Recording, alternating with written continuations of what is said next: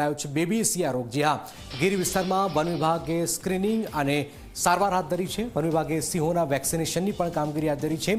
CM Bhupendra પટેલે સિંહોના મોત અંગે સમીક્ષા બેઠક પણ કરી હતી। સિંહોના સેમ્પલ લઈ બાયોટેકનોલોજીકલ યુનિવર્સિટી ખાતે ચકાસણી માટે મોકલવામાં આવી રહ્યા છે। સિંહોના જે મોત થઈ રહ્યા છે એને લઈને ચિંતા પણ વ્યક્ત કરવામાં આવી રહી છે।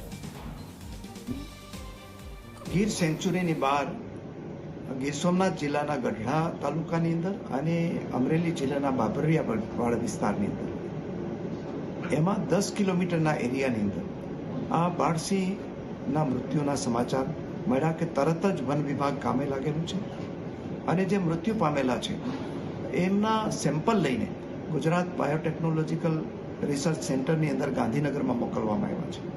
સાચા કારણો એના પછી જાણવા મળશે, પરંતુ અત્યારે જે સિમ્પટમ જોઈને જે ટ્રીટમેન્ટ કરવી જોઈએ એ ટ્રીટમેન્ટ અને કાર્યવાહી ચાલુ છે। પ્રધાનમંત્રીશ્રીના કાર્યાલયમાંથી પણ સતત માર્ગદર્શન મળી રહ્યું છે।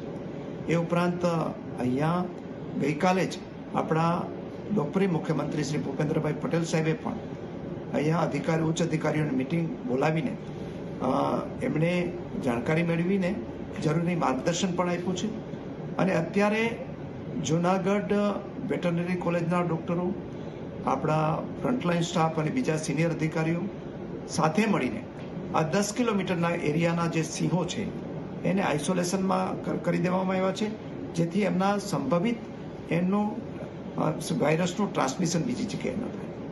અને સામાન્ય રીતે આ બેબીસિયા વાયરસ છે એ ઈતરડી નામની એક જીવાત છે જે પશુઓમાં જોવા મળે છે, એનાથી થતી હોય છે।